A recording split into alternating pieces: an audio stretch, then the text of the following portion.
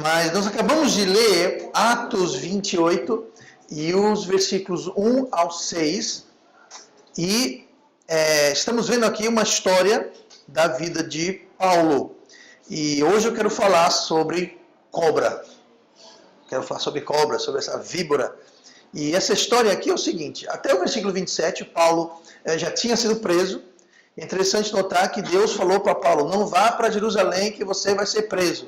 Paulo, muito teimoso, falou: eu vou porque eu vou. Deus falou: se você for, você vai ser preso. Mas eu vou mesmo assim.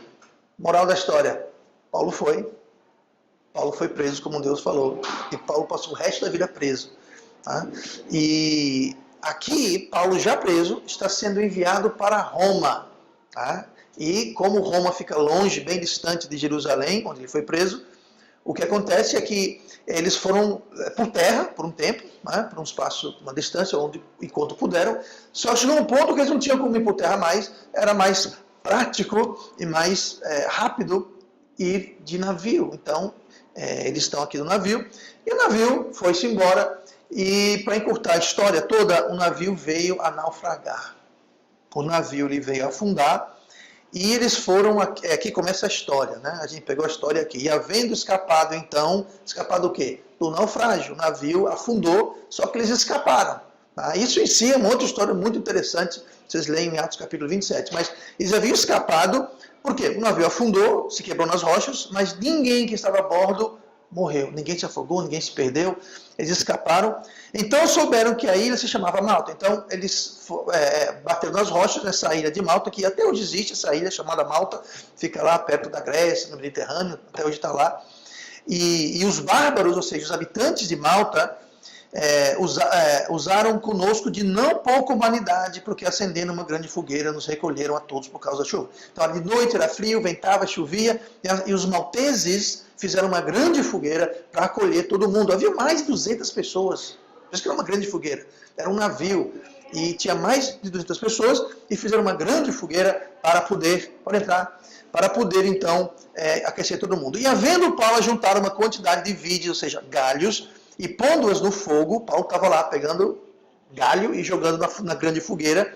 Uma víbora, fugindo do calor, acometeu a mão. Ou seja, ele estava lá jogando madeira no fogo, e saiu uma cobra e picou, mordeu, acometeu o apóstolo Paulo. E os bárbaros, versículo 4, vendo-lhe a víbora pendurada na mão, ou seja, a víbora pegou com gosto, pegou que ficou pendurada, eles estavam vendo, os locais, os nativos da ilha, vendo-lhe a víbora pendurada na mão, diziam uns aos outros: certamente este homem é homicida, visto como escapando do mar, a justiça não o deixa viver. Eles disseram: esse daí acaba ruim, porque ele sobreviveu ao naufrágio, né? Está aqui sã e salvo, mas a justiça, se referindo à justiça de Deus, justiça divina, né? Falou, ele escapou do mar, mas não escapou da morte. Esse cabra aí é ruim, porque a cobra mordeu ele, e ele vai então agora pagar pelos seus atos. Aí continua: mas sacudindo ele a víbora no fogo, não sofreu mal algum. E eles, esperando que viesse a inchar ou cair morto,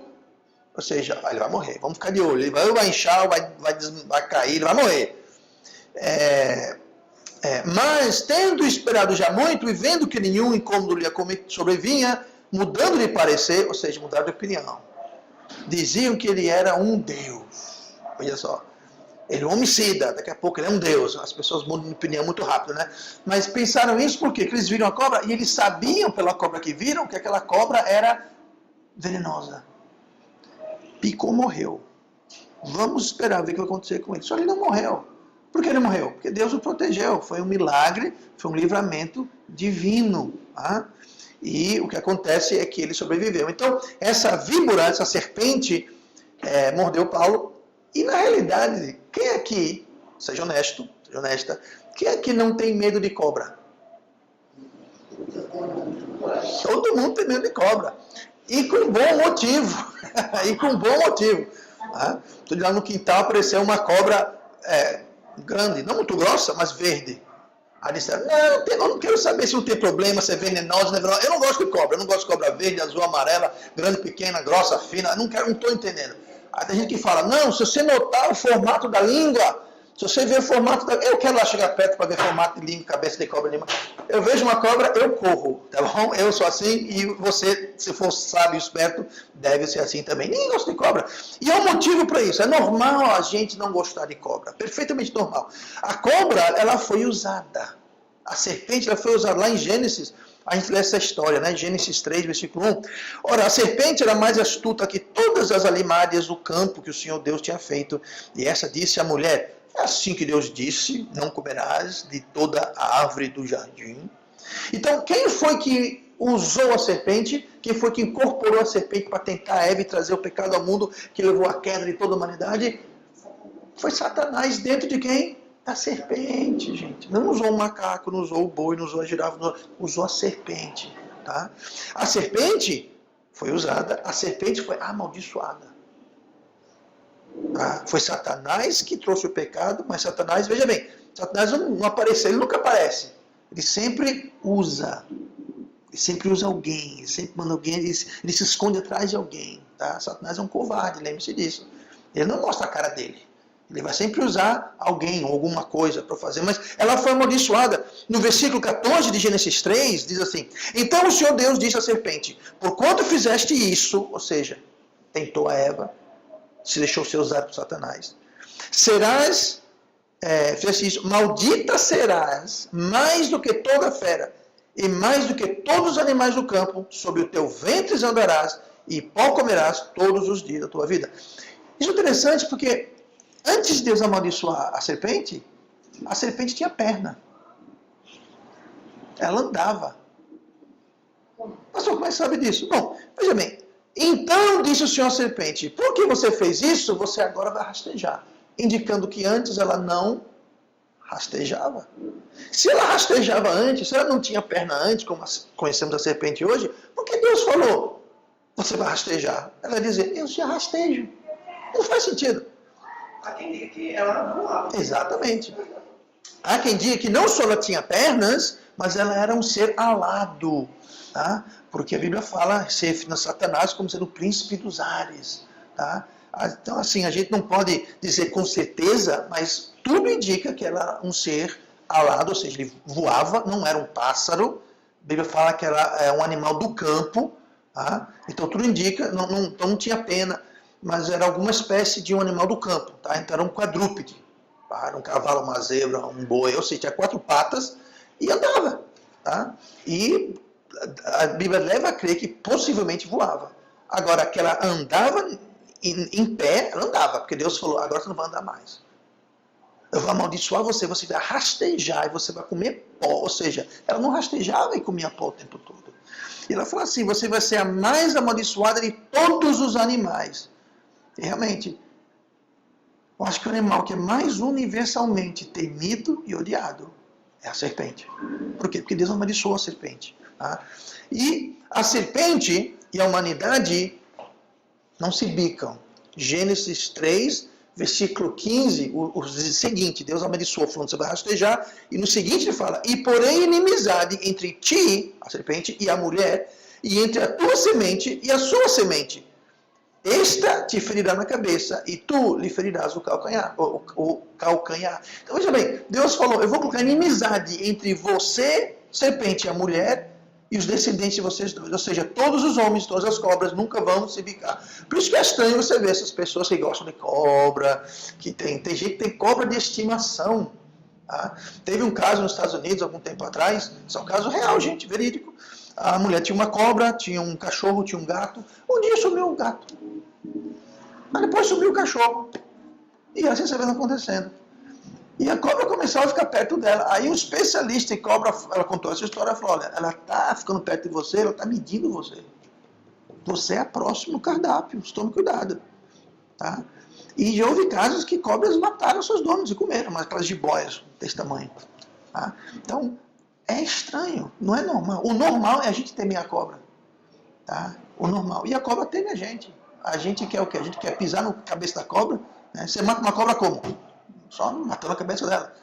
E ela quer sempre morder o nosso calcanhar, o pé. Geralmente ela vai no pé, na perna, na verdade. Então, isso tudo é bíblico. Tá? Então, Então, aqui nesse episódio, o que acontece é que, de novo, aparece uma cobra nessa história toda. Eles estavam no mar, esse navio, voltando à nossa história, eles estavam no mar há 14 dias, a Bíblia fala, lá em Atos 27. 14 dias nessa tempestade, e havia, a Bíblia fala, 276 passageiros, entre tripulação, passageiro, tinha uma equipe de soldados, tinha muitos prisioneiros, do qual Paulo era um, havia passageiros normais, carga, enfim, 276 passageiros. Isso não era um barquinho, isso era um navio, tá? Uma embarcação grande. E fizeram uma fogueira lá quando foram naufragados e aquela coisa toda. Paulo então sacudiu ela no fogo e se livrou da serpente. Então hoje eu quero falar sobre esse tema, sacuda a serpente. Sacuda a serpente, porque a serpente ela vai nos atacar. Assim como atacou Paulo, existem algumas características que nós podemos aprender, nós podemos observar, para a gente ter cuidado. Porque existe inimizade entre a serpente e nós. E a serpente, é claro, representa quem? O diabo, Satanás. Tá? A gente deve sempre lembrar isso. Então a gente pode colocar esses princípios com Satanás. Então entenda o seguinte, que nós vemos aqui nesse episódio. Primeira coisa, a serpente aqui atacou Paulo, então a serpente vai atacar cada um de nós. A serpente sempre ataca depois de uma vitória. A serpente, Satanás, vai atacar depois de uma vitória. Qual foi a grande vitória que houve lá em Gênesis capítulo 3? Deus havia criado o céu e a terra, criou o homem, criou a mulher, está tudo maravilhoso, ou seja, havia o quê? Uma vitória. Pouco tempo antes, a gente não sabe exatamente quanto, mas pouco tempo antes houve o primeiro e único e o melhor casamento de todo mundo até aquele tempo. Adão e Eva, estavam na lua de mel. Vitória. Deus criou tudo, mundo perfeito, maravilhoso, jardim do Éden, tudo bem, bom, maravilhoso. Quem aparece para estragar o piquenique? Satanás, através da serpente. Então a serpente, Satanás, sempre vai vir na hora de vitória. Versículo 1 nós lemos, havendo escapado então, souberam que a ilha se chamava Malta, e os bárbaros usavam conosco não pouco maldade. O que quer dizer isso? Uma vitória. Que vitória? Eles passaram 14 dias num barco, 14 dias numa tempestade, quase morreram, chegaram todos, não morreu ninguém, não se machucou ninguém, chegaram todos em Malta, sãos e salvos. Isso é uma vitória? Isso é uma grande vitória, isso é um grande livramento. Quem aparece na cena? A serpente. Depois de quê? De uma grande vitória. O lugar mais perigoso para o crente, sabe onde é que é?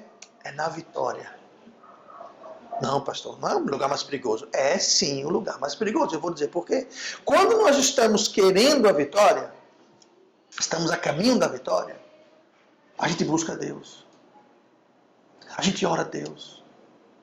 A gente faz tudo necessário para conseguir a vitória. Não é verdade? O que precisa fazer, eu faço. Quando a gente chega lá no topo da montanha, no topo da vitória, conseguimos, lembre-se que quando você chega no topo da montanha, depois só tem o quê? Só tem descidas, não tem como subir mais. Então, nós temos uma tendência que quando temos uma vitória, a gente relaxa. A gente baixa a guarda. Foi o que Eva fez. Eva teve uma grande vitória. Encontrou o homem da sua vida e Adão encontrou a mulher da sua vida, só tinha os dois, mas tudo bem. Grande vitória, baixou a guarda. Deixaram Satanás bagunçar a criação de Deus. Grande vitória. Então entenda, sempre que tem uma vitória em nossas vidas, cuidado, porque a serpente vai mostrar só a cabecinha. A gente baixa a guarda, a gente relaxa, a gente... É como no boxe, né? A gente no boxe está ali, né? Lutando, não que aqui ninguém luta boxe, eu espero, mas quando você baixa a guarda, é quando o oponente vem e dá-lhe uma que você vai, foi para nocaute. Por quê? Você baixou a guarda. Então temos que ter muito cuidado na vitória. A vitória é um lugar perigoso. É como estudante, muito estudante estudam, aí passam no Enem, aí entram na faculdade e eles acham, oh, que maravilha, agora eu posso relaxar. Não sabem de nada, é agora que vai começar a festa. Né? Muita gente, eu quero emprego. Que bom você quer emprego, consegue emprego? Agora eu posso relaxar. Relaxar não, agora você tem que acordar, você tem que ir para o trabalho, tem que trabalhar, tem que produzir. Ou seja, sempre vai ter um desafio adiante. E é na vitória que a gente baixa a guarda, na vitória que a gente relaxa, na vitória que a gente está mais exposto. Né? Eu conheço muita gente que está doido para casar. Quero casar. Quando casar, minha vida vai ser uma maravilha. Depois que casa, percebe que não é bem um mar de rosas. Uma das coisas é por quê? Você finalmente eu casei.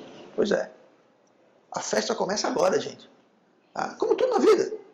Tá? Vitória é um lugar perigoso para o crente, muito perigoso. Porque a gente acha que chegamos lá, nós não chegamos lá. Então, ao chegar no topo da montanha, fique esperto, porque quem está vindo logo atrás é a serpente. Foi assim com Paulo. E vai ser assim com a gente. Olha o versículo 3 que fala assim: E havendo Paulo juntado uma quantidade de vides, e pondo-as no fogo, uma víbora fugindo do calor, lhe acometeu a mão. Então, a serpente ataca depois uma vitória, e a serpente sempre está escondida. Veja bem, Satanás se esconde, nesse caso na serpente, tá? Mas ele sempre se esconde atrás de alguma coisa ou alguém. Ele é tão covarde que muitas vezes ele usa pessoas da nossa família, amigos, colegas, tá?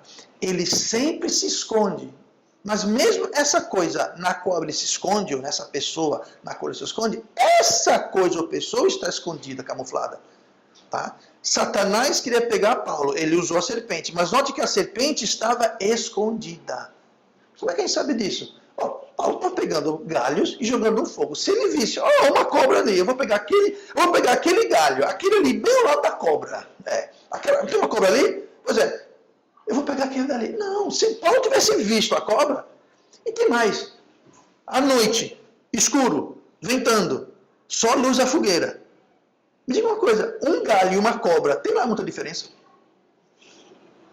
Então a cobra estava o quê? Camuflada. Então é isso, o inimigo ele vai atacar, na vitória vai, ele vai atacar, mas ele vem escondido, ele vem de lugar onde você não espera. Paulo nunca esperava pegar um galho e era uma cobra, ele não esperava isso. Não era a intenção, se ele soubesse ele não ia lá. É a mesma coisa com a gente, às vezes a tal cobra, a tal ferramenta de Satanás vai ser escondido. Vai ser alguém, alguma coisa que você não vai perceber. Como eu disse, às vezes é um amigo, colega de trabalho, colega de escola, colega na faculdade, pode ser alguém. Às vezes alguém na sua família, que é muito covarde, mas o diabo faz isso, ele usa pessoas da nossa família. Tá? Pode ser uma oportunidade que parece boa. Eu não sei quantos exemplos eu posso citar, eu não vou citar nomes, é claro, não sei se é correto, mas pessoas que apareceu uma oportunidade de emprego.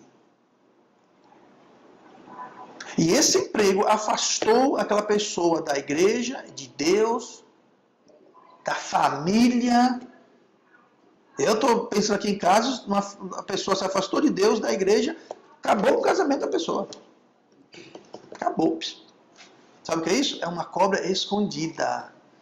Se a pessoa soubesse que ali tinha uma cobra, não chegava nem perto daquela vide, daquele graveto. Mas Satanás ele se esconde. A Bíblia fala que ele se transfigura em anjo de luz. Ou seja, não é que ele se transforma. Transformar é mudar. Ele se transfigura. A aparência dele, ele toma a aparência de um anjo de luz. Quem era Satanás antes de ser Satanás? Lúcifer. Sabe o que quer dizer Lúcifer? O portador de luz.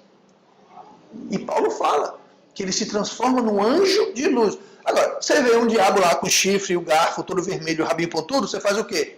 Estou fora. Ele sabe disso. Claro que Satanás não é assim, mas sabe o que ele faz? Ele vem e aparece como um anjo de luz. Aí o que a gente faz? A gente baixa a guarda.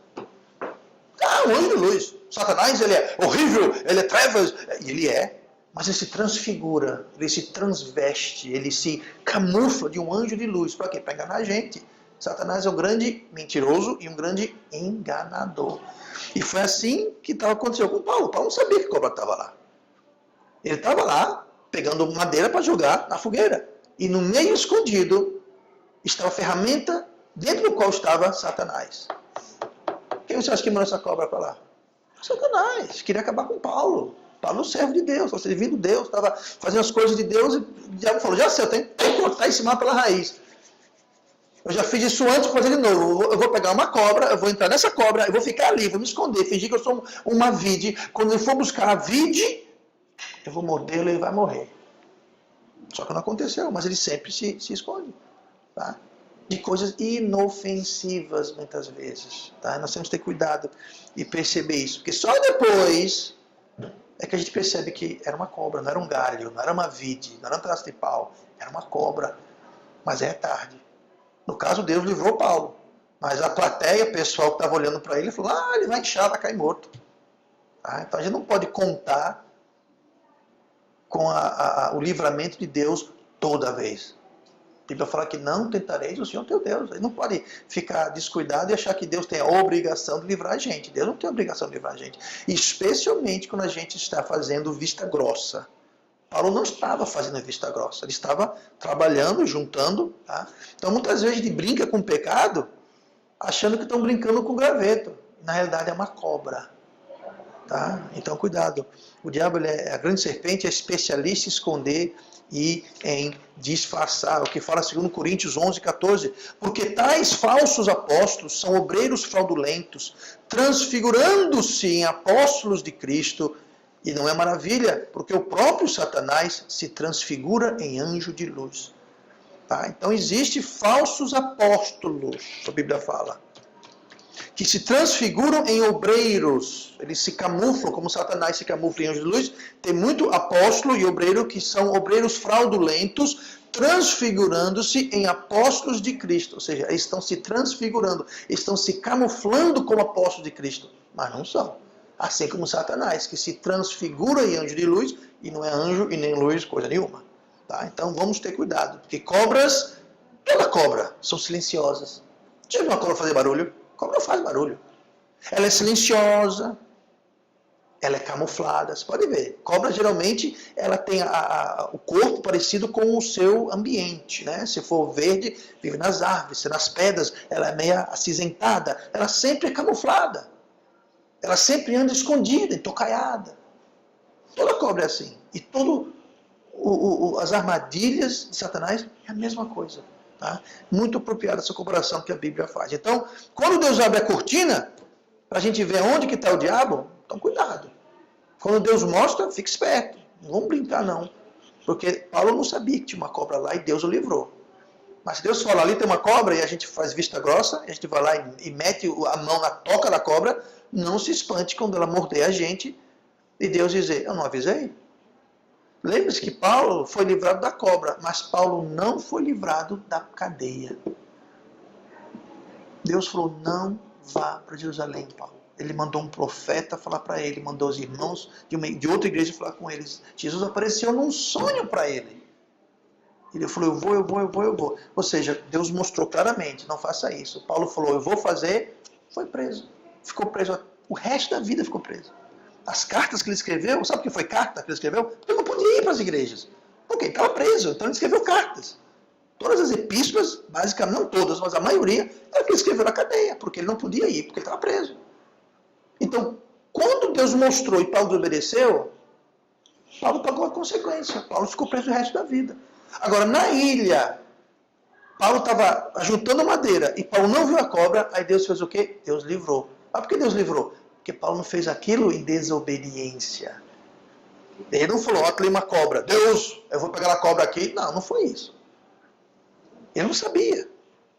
Agora, sobre ir para Jerusalém, ele sabia. Deus avisou. Então, por causa disso, ele pagou o preço, pagou o pato.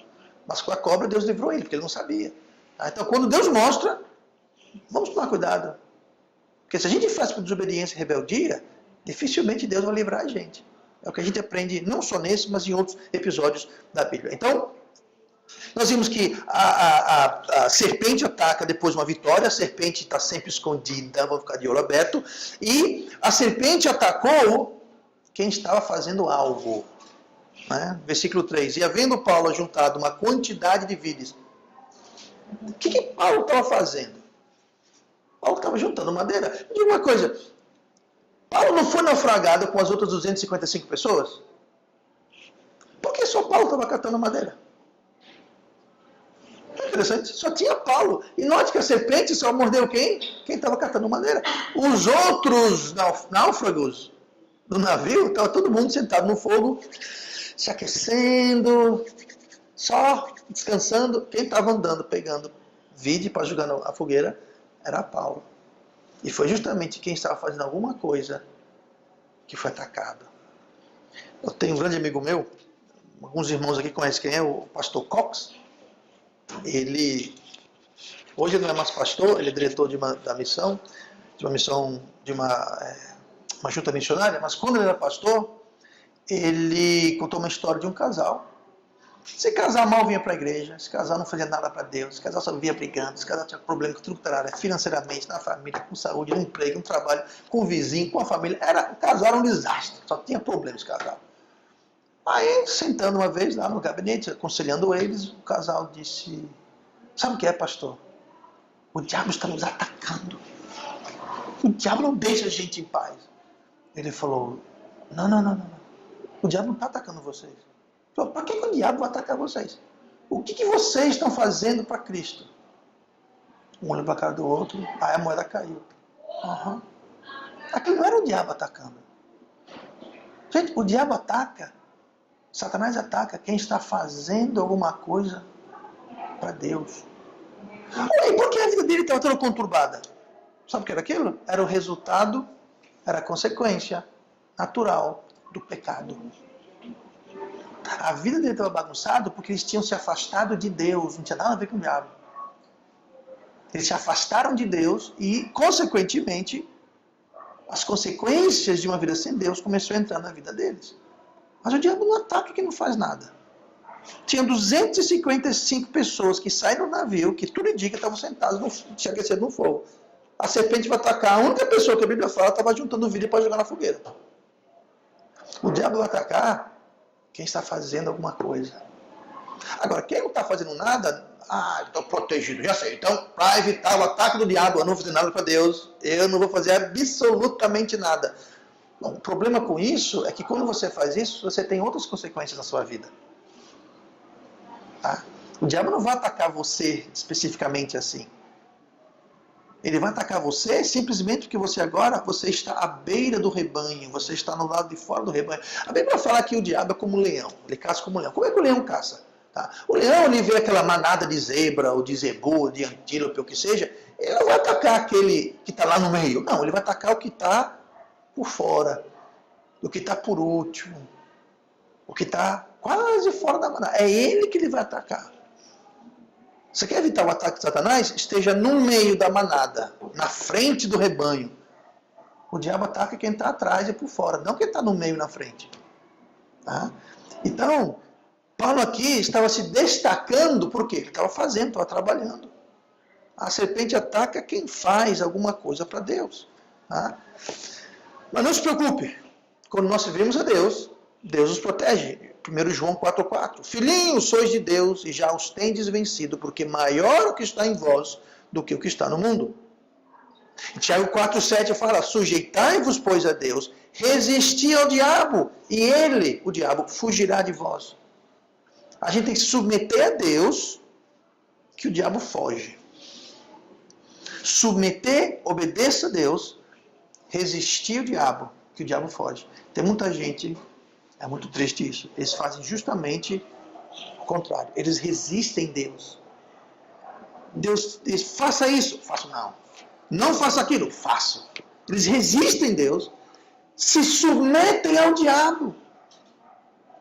Faz tudo de errado. Submete ao diabo. Sabe qual é o resultado disso? Se eu fizer a vontade do diabo, ele vai me deixar em paz. Não. É o contrário. Quando a gente resiste o diabo, ele foge. Ele corre. Quando a gente não resiste o diabo, ele não corre, ele fica. Em vez de ele fugir, ele te abraça aqui, ó, fica no seu cangote. Ele se amarra a você. Ele não vai fugir. Para que vai fugir? Você está fazendo a vontade dele, vai fugir para quê? Então cuidado, nunca resista a Deus e se submeta ao diabo. É o contrário, submeta-vos a Deus e resistir o diabo foge, o diabo corre. Você não precisa fugir, não precisa temer, não se preocupar, o diabo corre, foge. Ou ele fica colado no seu caso, se você fizer o contrário. Então, cobras, elas atacam, sabe quando? Quando são encurraladas. Tá? A cobra não vai sair lá de baixo atrás de você. A cobra que atacou Paulo, pela natureza dela, Paulo foi buscar o quê? Um pau. Só que uma cobra parece com um pau. Então a cobra olhou Paulo e falou, esse cara vai me pegar, está me atacando. Ele quer fazer espetinho de cobra, pensou a cobra. Então vou me defender. Então quando você ataca o diabo, aí é quando ele vai te atacar. Se você deixa o diabo quieto, se você faz as vontades dele, se você não se submete a Deus, ele não vai te atacar. Está do jeito que ele gosta. Se a pessoa desobedece a Deus, faz tudo o contrário de Deus, faz tudo o que eu quero, eu não vou atacar essa pessoa. De modo algum. Eu vou atacar aquela pessoa que está fazendo a vontade de Deus, para a pessoa que está me atacando. Para a pessoa que está resistindo, aquela pessoa está me atacando, então eu vou atacar aquela pessoa. Então, cuidado. Não cuidado em não servir Deus, mas cuidado em servir Deus, porque o lugar mais seguro para a gente é servindo Deus. Porque quando a gente serve Deus, submete a Deus, o diabo foge. Ele fala, opa, vou atacar aquele dali, mas espera aí, esse está aqui não. Ele pode até tentar, mas Deus protege. A cobra pode até te morder, mas Paulo não inchou e não caiu morto de repente. Por quê? Porque é maior o que está em nós do que o que está no mundo. Então, a melhor coisa para fazer, o lugar mais seguro não é desobedecendo Deus, é obedecendo Deus e resistindo ao diabo.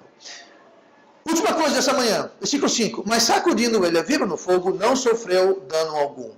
Então, a serpente vai lhe morder. Pode vir lhe morder. O que você faz? Sacuda. Sacude ela. Paulo sacudiu. Se a gente faz algo para Deus, você pode crer que a serpente vai atacar. Mas quando isso acontecer, sacuda. Foi o que Paulo fez. Estava fazendo as esquinas de Deus. Ele fez o quê? Sacudiu a serpente e voltou a fazer o quê? Voltou a pegar a graveta. Foi aquilo que atraiu a atenção de Satanás. Ele estava fazendo alguma coisa. E foi aquilo que manteve Satanás longe. Por quê? Depois que Satanás viu que, depois de morder a mão de Paulo, não aconteceu nada, surgiu outra cobra. Deus mandou um elefante, um tigre, um leão, caiu um raio, não aconteceu nada. Por quê? Ele resistiu e o diabo correu. O diabo queria que ele parasse. Ele parou? Sabe o que é isso? Resistir. Paulo falou, eu não vou parar, eu estou mordido aqui, eu posso até morrer, mas eu vou continuar. Satanás não atacou mais. Deus protegeu, ele não caiu morto. Ele continuou servindo, e o diabo que foi resistido por Paulo, porque Paulo não se deixou intimidar, fugiu. Não veio outra cobra, não veio outra tempestade, não veio... Aquela tempestade que naufragou o navio.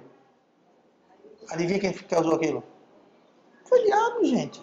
Lembra a história de Jó, que tinha um monte de filhos e tudo morreu por causa de um vendaval? Quem trouxe aquele vendaval? A Bíblia fala que foi o diabo. Deus permitiu que o diabo trouxesse o vendaval, derrubou a casa, matou os filhos dele tudinho. O diabo queria matar Paulo. Naufrágio, vou matar todo mundo na borda daquele navio. Naufrágio, não matou. Ok, então uma cobra. Não matou. Paulo falou, você pode me naufragar, você pode me morder, mas eu não vou parar. O diabo fez o quê? Fugiu. O lugar mais seguro para a gente é fazendo a vontade de Deus. O diabo foge, você não tem que se preocupar com ele. Ou vice-versa. Então o diabo ataca. Ataca sempre. Tiago 4,7, falei agora há pouco, sujeitáveis, pois, a Deus, resistia ao diabo e ele fugirá de vós. Paulo fugiu. Paulo saiu correndo, não, tem cobra aqui, socorro. Paulo não fugiu. Ele sacudiu a cobra e continuou fazendo o que ele vinha fazendo antes. Então, às vezes, a mordida vai vir de formas diferentes.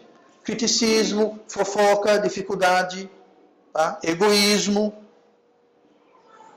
Paulo pode ter falado, sabe uma coisa? Eu já catei pau bastante, eu vou agora sentar aqui e vou aquecer no fogo. Vocês que peguem agora, eu não, eu já fui até mordido aqui, ó. Paulo não deixou nada, Paulo continuou fazendo. E as pessoas, lembre-se, estão observando como nós vamos reagir. Olha o versículo 6. E eles esperaram que viesse a inchar-se ou cair de repente. Mas tendo esperado já muito e vendo que nenhum incômodo lhe sobrevinha, mudaram de parecer e desencaram Deus. Ficou todo mundo assim, ó, olhando. Igualmente a gente. Deus está vendo como que a gente reage. As pessoas estão vendo como a gente reage perante Deus. Elas estão observando. Estão vendo. Sabe, tem muita gente que não vai ler a Bíblia, mas vai ler eu e você.